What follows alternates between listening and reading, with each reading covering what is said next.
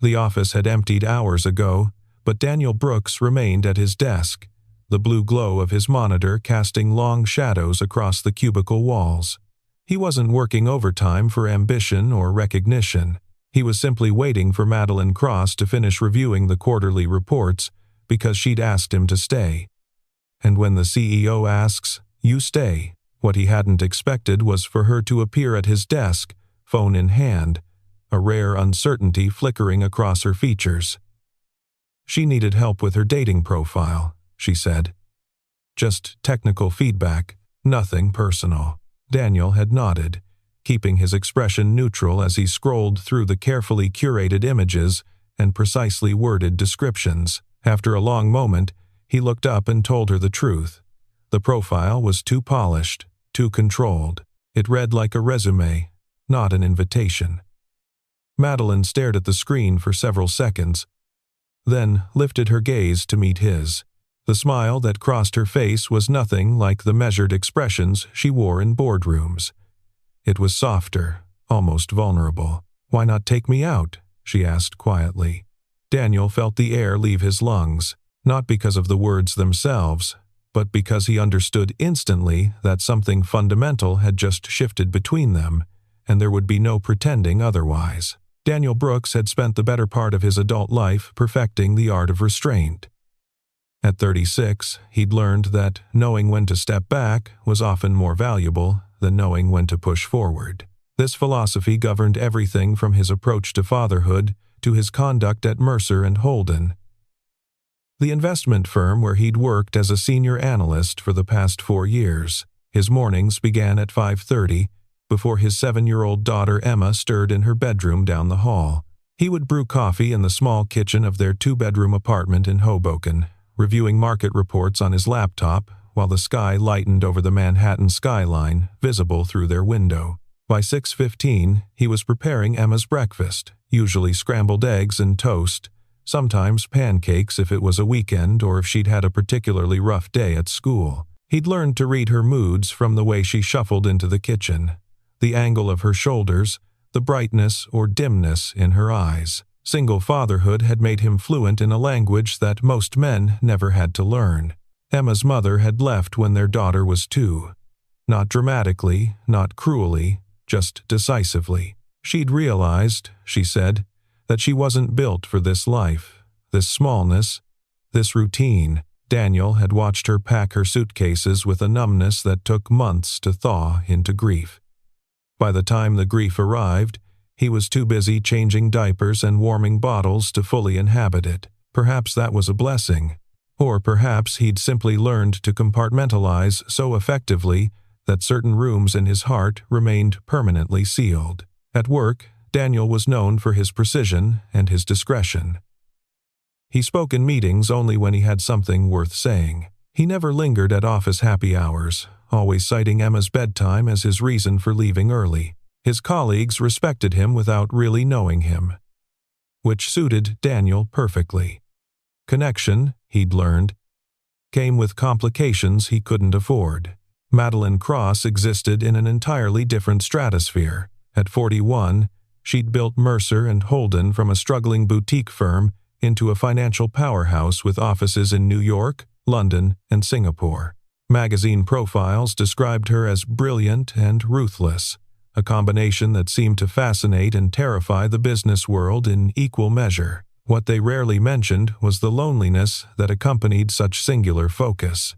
Daniel had observed her over his years at the firm, not with romantic interest, he would have insisted, but with the careful attention of someone who understood that survival often depended on reading the room correctly. He noticed that she stayed later than anyone else, that her corner office light was always the last to go dark. He noticed that men who tried to charm her invariably retreated within weeks, and that she attended industry galas alone, despite being one of the most sought-after names on invitation lists.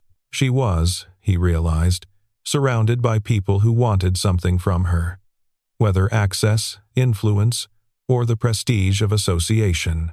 What she lacked was someone who saw her as simply a person, complicated and uncertain and searching, just like everyone else. Their interactions had been minimal before that evening. Quarterly reviews, occasional strategy sessions, the polite exchanges of two people who orbited the same professional space without truly intersecting. But Daniel had noticed something in those brief encounters, a quality in her attention when she listened to him speak. She didn't just hear his words, she seemed to weigh them, to consider them with genuine interest. It was subtle enough that he might have imagined it, yet something in him recognized it anyway. When she appeared at his desk that night with her phone extended, Daniel understood that she was showing him something she rarely let anyone see. The woman behind the title, uncertain and searching and tired of performing strength.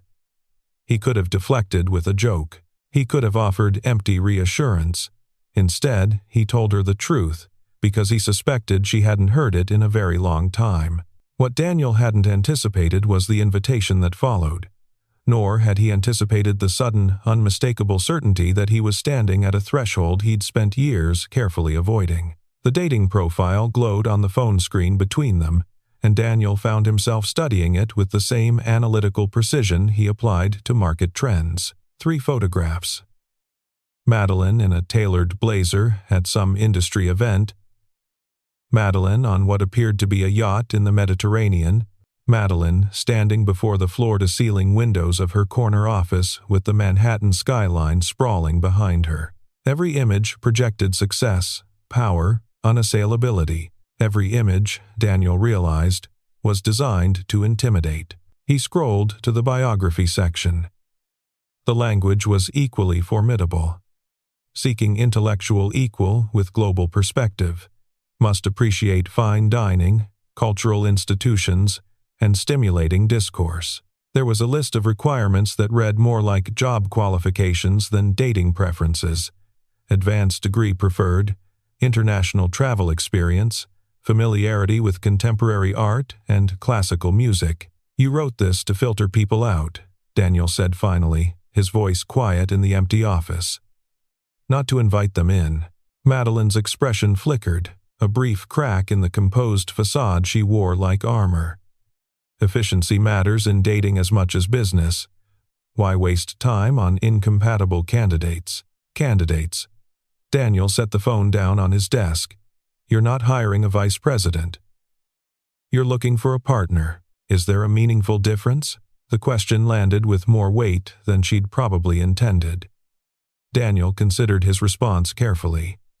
When I interview candidates, I'm evaluating their qualifications against predetermined criteria. When I was dating, before I wasn't, I was looking for something I couldn't quantify. Chemistry, comfort. The sense that someone saw me, not my resume. Madeline was silent for a long moment. The hum of the building's ventilation system seemed suddenly loud in the stillness.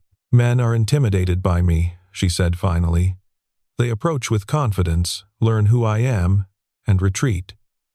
The ones who stay want access or validation, not connection. I thought if I set the bar high enough, I might attract someone capable of meeting it. Or you might ensure that no one tries. The words hung in the air.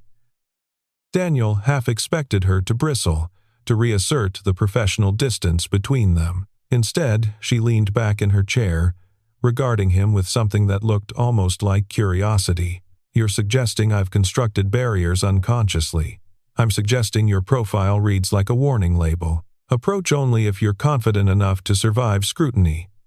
Most people, even accomplished ones, don't want to feel like they're being evaluated. They want to feel wanted. Madeline's gaze drifted to the window, to the city lights twinkling beyond the glass. And what would you suggest instead? Write it like you're a person, not a position. Mention the things you love, not the credentials you require. Let someone imagine sitting across from you at breakfast, not negotiating a merger. The silence that followed was different, charged with something Daniel couldn't quite name. When Madeline spoke again, her voice was lower, almost uncertain. Would you help me rewrite it? Not as an employee, just as someone who clearly sees things I've missed. Daniel knew he should decline. Every instinct honed by years of careful boundary maintenance screamed at him to retreat to the safety of professional distance. But something in her question, something vulnerable and genuine, made refusal feel like cowardice. "All right," he said, "but we do it honestly. No curated perfection, just who you actually are." For the first time since he'd known her, Madeline Cross looked genuinely surprised. And beneath the surprise, something that might have been hope. They began that night, sitting side by side at Daniel's desk, the glow of his monitor casting soft light across their faces. Madeline had pulled a chair over, close enough that he could smell her perfume, something subtle and expensive that he couldn't identify. He tried not to think about that. "Tell me about your mornings," Daniel said. "Not the ones where you're running a company, the ones where you're just existing." Madeline frowned slightly. "Most of my mornings involve running a company. Before that. Before the emails and the calls. What's the first thing you do when you wake up?" She was quiet for a moment, and Daniel watched something shift in her expression, a softening around the eyes that he'd never seen in boardroom settings. "I make tea," she said finally. "Earl Grey, very strong, with a little honey. I stand at my kitchen window and watch the sunrise over the park. Those 5 minutes before the world starts demanding things from me, they're the only peace I have most days." Daniel typed. "Mornings start with strong tea and stolen moments of silence." "What else?" I read. "Not business books, novels, old ones, mostly. Edith Wharton, Henry James. I know it's cliché for someone in my position to gravitate toward stories about society and status, but I find comfort in language that doesn't rush." He added, "Find solace in old novels and unhurried prose." "What about dinner?" he asked. "What's your ideal evening?" Madeline laughed softly, a sound he realized he'd never heard before. "You'll think it's ridiculous. Try me. I like to cook. Simple things. Pasta, mostly. I put on music, something quiet, and I take my time chopping vegetables. There's something meditative about it. The rhythm of the knife, the smell of garlic in olive oil." She paused. "I've never told anyone that. It seems so ordinary, so beneath what people expect of me." "Ordinary isn't beneath anything," Daniel said. "It's what makes someone real." He typed, "Happiest with homemade pasta and music playing low." As the evening wore on, they uncovered other details. Madeline loved thunderstorms but hated cold weather. She'd wanted to be a writer when she was young, before pragmatism and family pressure redirected her toward business school. She found small talk exhausting but could discuss philosophy or literature for hours.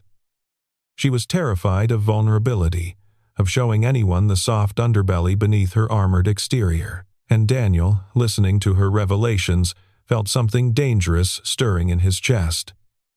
Not attraction, exactly, though that was certainly present. Something more unsettling. Recognition. The sense that beneath all her achievements and his careful boundaries, they understood something fundamental about each other's loneliness. By the time they finished, the profile read like a completely different person. Gone were the demands and qualifications. In their place was a portrait of a woman who loved quiet mornings and old books, who cooked pasta when she needed to think, who was searching not for a partner who could match her accomplishments, but for someone who could sit with her in silence without needing to fill it. Madeline read it 3 times, her expression unreadable. "This doesn't sound like a CEO," she said finally. "That's rather the point. It sounds vulnerable, exposed, like I'm inviting strangers to see the parts I've spent decades protecting. You asked for honesty. This is honest." She set the phone down slowly, and when she looked at him, her eyes held something he couldn't quite identify. Fear, perhaps, or hope. Or some complicated mixture of both. "You see me differently than anyone else," she said quietly. "I'm not sure if that's terrifying or wonderful." Daniel should have reminded her that he was just an employee offering feedback. He should have wished her luck with her dating prospects and returned to his work. Instead, he held her gaze and spoke the truth. "It's probably both." The new profile went live the following morning.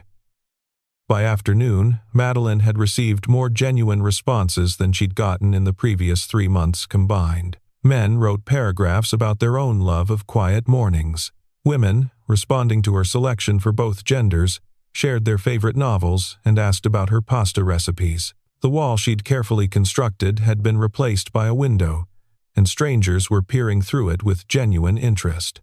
Daniel knew this because she told him. She appeared at his desk during lunch, phone in hand, scrolling through the messages with an expression caught somewhere between amazement and terror. "This is overwhelming," she said. "They're all so sincere. I don't know how to respond to sincerity." "You could start by being sincere back." She looked at him then, and something in her expression made his chest tighten. "You make it sound simple. It's not. But that's never stopped you before." Over the following days, Daniel watched from a careful distance as Madeline navigated this unfamiliar territory. She replied to messages, arranged coffee meetings, even went on what she described, with characteristic understatement, as preliminary encounters. He tried not to think about her sitting across from strangers in upscale cafes, offering them the vulnerability she'd revealed to him. It wasn't his place to think about it. He was an employee who'd helped with a personal project, nothing more. Whatever connection they'd formed that night was circumstantial, born of late hours and unusual intimacy. It would fade, except it didn't.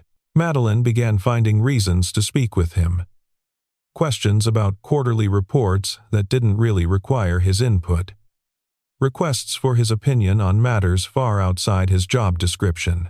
She'd linger at his desk after delivering these pretexts, and their conversations would drift into personal territory. She told him about the dates she was going on, how the men were perfectly nice, perfectly appropriate, and perfectly wrong, how she kept comparing their conversations to the one she'd had with him that night. "They say the right things," she said one evening, perched on the edge of his desk while the office emptied around them. "They're successful, articulate, attractive, but talking to them feels like reciting lines from a script. There's no spontaneity, no friction. Friction isn't always comfortable." "No," she agreed. "But it's honest. And I've discovered, rather inconveniently, that I've developed a taste for honesty." The implication hung between them, unspoken but unmistakable. Daniel felt his careful boundaries straining under the weight of something he'd spent years refusing to acknowledge. "Madeline," he began, but she raised a hand. "I know the complications. Believe me, I've cataloged them extensively. You work for me. There's an inherent power imbalance. Any relationship would invite scrutiny and speculation." She paused, her gaze steady on his face. "But I've spent my whole life avoiding complications, and where has it gotten me? Alone at 41, asking an employee to help me seem more human on a dating app. You are human. That was never the problem. Then what is?" Daniel was quiet for a long moment. Outside the windows, the city sparkled with indifferent light. When he spoke, his voice was low. "I have a daughter. She's the center of my life. Everything I do is filtered through what it means for her. I can't afford to make decisions that might destabilize our world, and I represent destabilization. You represent unknown variables, possibilities that could go wrong in ways I can't predict." Madeline nodded slowly, and he saw something shift in her expression. The vulnerability she'd shown him was still there, but it was joined now by determination. "Then, let me be specific," she said. "Not as your employer. Just as a woman who hasn't been able to stop thinking about you since that night." She met his eyes. "Would you take me to dinner? Not a date, not a commitment, just a meal, two people getting to know each other outside these walls." Every rational part of Daniel's brain screamed objections. But beneath the caution, beneath the carefully constructed defenses, something stirred that he'd almost forgotten existed. "One dinner," he said finally. "And we see where it goes." They met at a small Italian restaurant in the West Village, somewhere far enough from the office that the chance of running into colleagues was minimal. Daniel had agonized over what to wear, finally settling on dark jeans and a button-down, casual enough to signal that this wasn't a formal occasion, presentable enough to show respect. Madeline was already seated when he arrived. She'd abandoned her usual power suits for a simple blue dress that softened her edges. Without the armor of professional attire, she looked younger, more approachable, almost uncertain. "I wasn't sure you'd come," she admitted as he sat down. "I wasn't either." They ordered wine and appetizers. The conversation began hesitantly, both of them navigating the strange territory between professional acquaintance and something more personal. But as the evening progressed, the awkwardness melted. Daniel found himself telling her about Emma, about the small rituals of their life together, about the guilt that still crept up on him when he couldn't provide her with a mother's presence. "Do you blame her?" Madeline asked quietly. "Emma's mother?" Daniel considered the question. "I used to. Now I think she did us a favor, leaving when she did. Better to have one fully present parent than two who are half absent." He paused. "I worry sometimes that I've used her departure as an excuse, a reason to avoid getting close to anyone again. Protection masquerading as principle. Something like that." Madeline nodded slowly. "I understand that more than you know. My entire career has been built on convincing myself that achievement could substitute for connection, that if I climbed high enough, I wouldn't notice how alone I was at the top." The vulnerability in her voice made something shift in Daniel's chest. This wasn't the polished CEO who commanded boardrooms and intimidated competitors. This was a woman, stripped of pretense, admitting that her success had come at a cost she was only now beginning to count. "You're not alone right now," he said quietly. "No," she agreed. They didn't touch across the table, didn't make declarations or promises, but something passed between them in that moment, an acknowledgement of possibility that neither had allowed themselves to consider before. When they left the restaurant, the night air cool against their faces, they walked in companionable silence for several blocks. At a corner where their paths should have diverged, they stopped. "This doesn't have to be complicated," Madeline said. "I know we said no commitments, no labels, but I need you to know that I'm not looking for casual amusement. Whatever this is, I want to approach it with intention, as do I." She smiled then, a real smile that reached her eyes. "Then we'll figure it out. Step by step." Daniel nodded, and when he walked home that night, he realized he was already wondering when he could see her again. The office had always functioned as a carefully ordered ecosystem, hierarchies established and respected, relationships professional and appropriate. Daniel had navigated these waters successfully for 4 years, precisely because he'd never disrupted them. Now, in the days following their dinner, he felt the fragility of that careful order. Nothing had changed visibly. He arrived at his usual time, performed his usual duties, exchanged the usual pleasantries with colleagues. But everything felt charged with a current that hadn't existed before. When Madeline passed through the main office, he was acutely aware of her presence. When their eyes met briefly across a conference room, he saw something private flicker in her expression. He suspected others noticed too. The confirmation came 2 weeks later. Daniel was leaving a coffee shop near the office when a colleague, Marcus Chen, fell into step beside him. "Saw you at that Italian place last week," Marcus said casually. "With Cross. Seemed like quite the dinner." Daniel kept his expression neutral. "Business discussion. She wanted input on a client strategy." "Right." Marcus's tone suggested he believed nothing of the sort. "Listen, I'm not trying to cause trouble. But you should know people are talking. The late nights, the private conversations, speculation is the company's unofficial pastime." Daniel felt a cold weight settle in his stomach. "There's nothing inappropriate happening. I believe you. But perception matters as much as reality around here. Just thought you should know the landscape." By the time Daniel reached the office, his mind was already calculating the potential damage. He'd spent his career being unremarkable, dependable, beneath notice. Now, suddenly, he was the subject of speculation.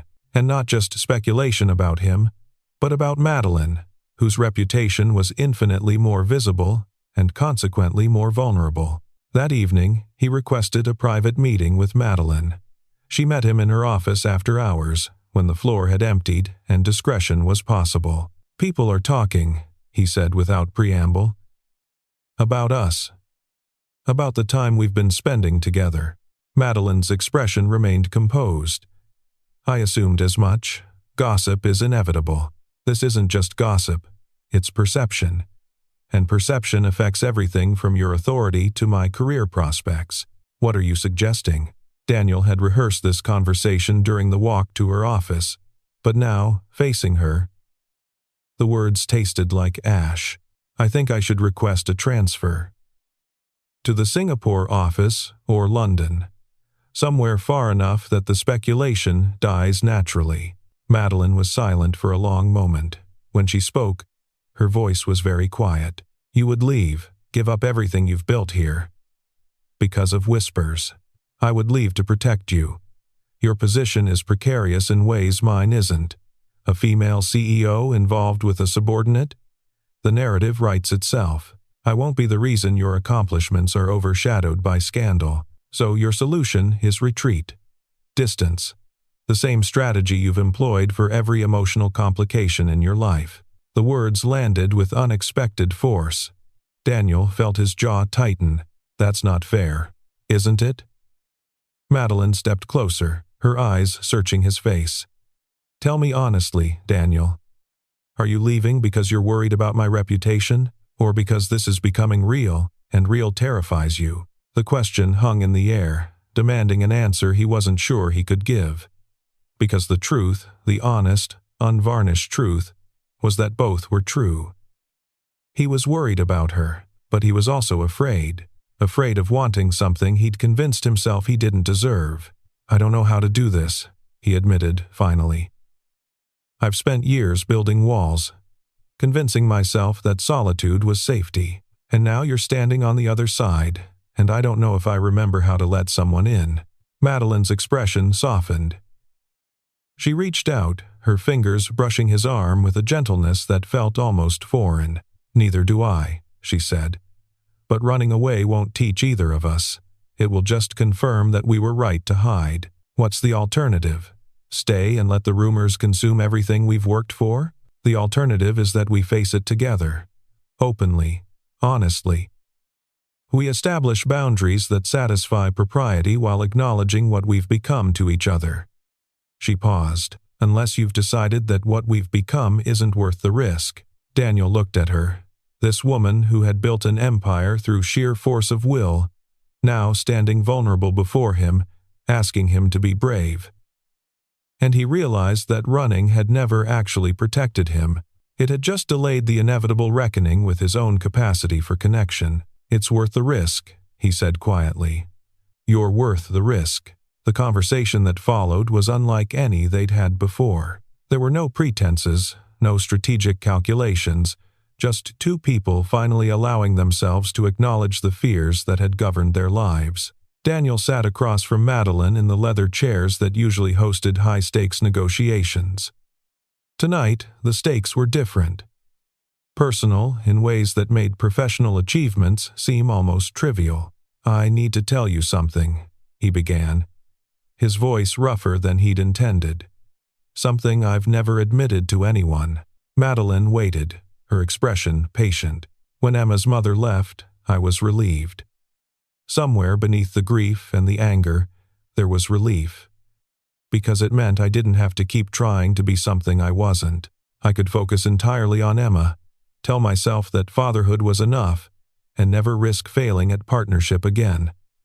He paused. "I've spent 5 years convincing myself that I chose solitude. The truth is, I was hiding from the fear that I wasn't enough, that anyone who saw the real me would eventually leave, just like she did." Madeline absorbed this in silence. When she spoke, her voice was soft. "You're afraid of being seen." "I'm afraid of being seen and found wanting." She nodded slowly. "Then we have more in common than I realized." She took a breath. "I've never told anyone this, but there was a man, years ago. Before Mercer and Holden became what it is now, we were engaged. He knew me when I was still struggling, still uncertain, still human." Her voice wavered slightly. When the company started succeeding, when my name started appearing in magazines, he couldn't handle it. He said I'd become someone he didn't recognize.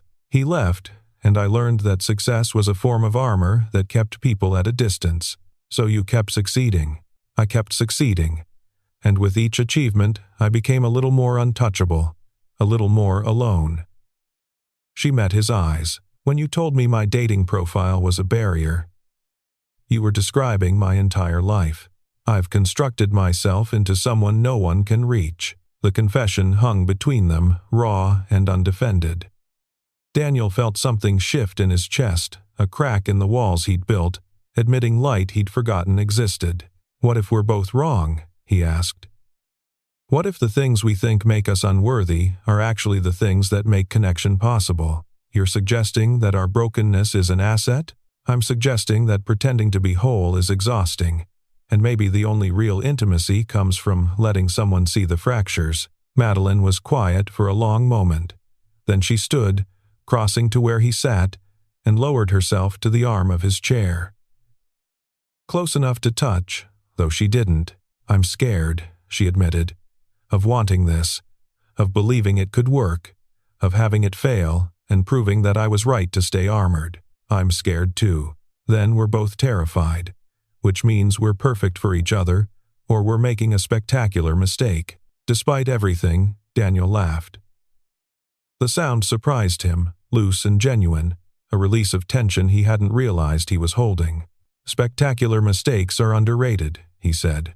Madeline smiled, and something passed between them that felt like permission. Permission to try, permission to fail, permission to be imperfect and uncertain, and still worth choosing. Whatever happens, she said, I want you to know that meeting you changed something in me. You showed me that vulnerability isn't weakness, that being known might actually be worth the risk of being hurt. And you showed me that hiding isn't protection. It's just loneliness with better marketing. She laughed at that, a real laugh that transformed her face. We're going to make this up as we go, aren't we? I think that's the only honest way to do it. They didn't kiss that night. They didn't need to. What passed between them was more significant than physical affection. An agreement to be brave, to be honest, to face whatever came together rather than apart. In the weeks that followed, Madeline worked with HR to restructure Daniel's position.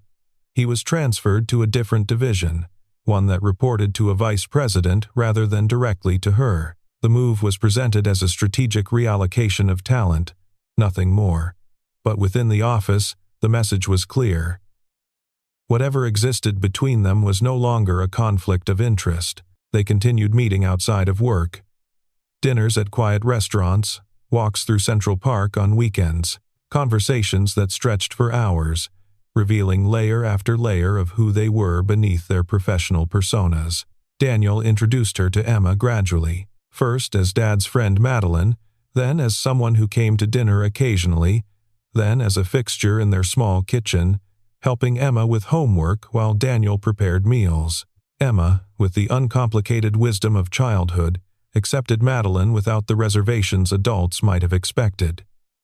She asks good questions, Emma reported after one of their sessions. Not like other grown-ups who just want to tell you things. She actually listens. Daniel felt something loosen in his chest. He hadn't realized how much he'd been holding his breath, waiting to see if the two most important people in his life could coexist. One evening, as Madeline was leaving after dinner, Emma tugged at her sleeve. Are you going to stay? She asked. Like, for keeps? Madeline knelt to Emma's level, her expression serious. I don't know what for keeps looks like yet, but I can tell you that I like being here, with you and your dad, and I'm not planning on going anywhere. Emma considered this. Okay, she said finally. But if you make my dad sad, I'll be really mad. Madeline nodded gravely. That's fair. I'll try very hard not to. Daniel watched this exchange from the kitchen doorway, feeling something warm and unfamiliar bloom in his chest. Hope, perhaps, or maybe just the simple recognition that his life was expanding beyond the careful boundaries he'd maintained for so long. After Emma was in bed, he walked Madeline to the door. They stood in the hallway, neither quite ready to say goodbye. She approved of you, Daniel said. That's not nothing. She warned me not to hurt you. That's more significant. She's protective, gets it from her father. Madeline smiled, reaching up to straighten his collar, a gesture both intimate and casual. We're really doing this, she said. Building something. Together. It terrifies me. Me too. Her smile widened. But terror is just excitement without confidence. And confidence can be learned. He kissed her then, softly, the first time they'd allowed themselves that particular vulnerability. When they pulled apart, her eyes were bright. Same time next week? I'll cook. You'll cook, she agreed.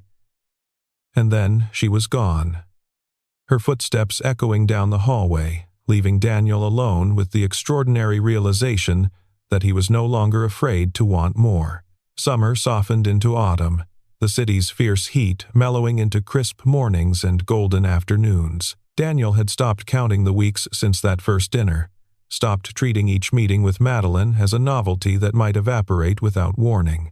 Somewhere along the way, she had become an expected presence in his life, and that expectation carried its own quiet miracle. He was still cautious by nature, still the man who triple-checked logistics and anticipated obstacles before they materialized. But he was learning that caution didn't have to mean isolation, that opening his life to someone didn't require abandoning the careful architecture he'd built. Madeline was learning her own lessons. She still ran Mercer and Holden with the same fierce competence, still commanded boardrooms and negotiated deals that made headlines. But something had softened in her edges. Colleagues noticed, though most couldn't identify exactly what had changed. She smiled more readily. She asked about people's lives rather than just their deliverables. She left the office before midnight most nights. One evening in late October, they sat together on Daniel's couch, Emma asleep in the next room, the city glowing through rain-streaked windows. Madeline's head rested on his shoulder, her breathing slow and even. I deleted the dating app, she said quietly. Daniel felt a smile tugging at his lips. Any particular reason? I found what I was looking for. She turned to look at him.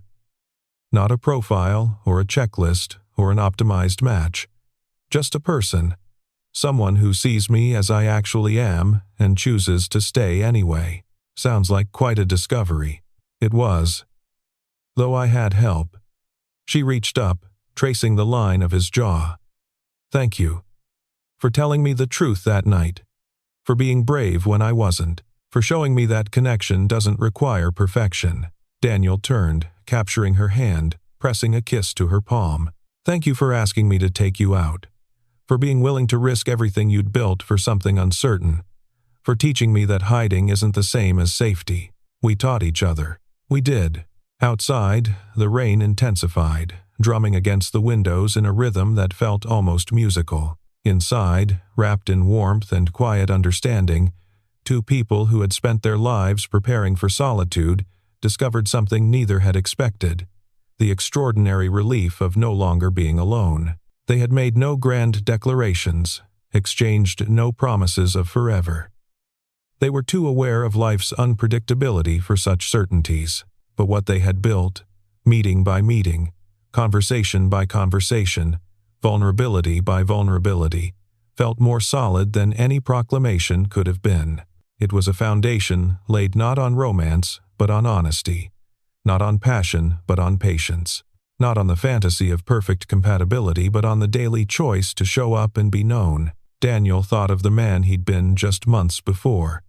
The one who worked late to avoid going home to an empty apartment. The one who told himself that wanting more was dangerous, that connection led only to loss. He barely recognized that man now, not because he'd changed fundamentally, but because he'd finally allowed himself to be seen. And being seen had revealed possibilities he'd refused to acknowledge. Madeline shifted against him, her voice drowsy with approaching sleep. What are you thinking about? The profile, he said. The one we rewrote together. What about it? We said we wanted to make you sound like a person, not a position. Make you real. He paused. I think we succeeded. Madeline smiled, her eyes closing. We did, she agreed. Though it turns out the profile was never the point. The point was you. Reading between the lines, seeing what I was too afraid to show, being patient enough to wait for me to catch up. Daniel pulled her closer, feeling the steady rhythm of her heartbeat against his chest. The waiting was worth it. Yes, she murmured. It was. Outside, the rain continued its gentle percussion. Inside, two people who had once defined themselves by their barriers drifted into sleep together, no longer protected, no longer alone, finally willing to be exactly who they were. And somewhere, abandoned and unnecessary, a dating profile gathered digital dust. Its careful words no longer needed now that its author had found something no algorithm could have provided. A person who chose her not for what she represented, but for who she truly was.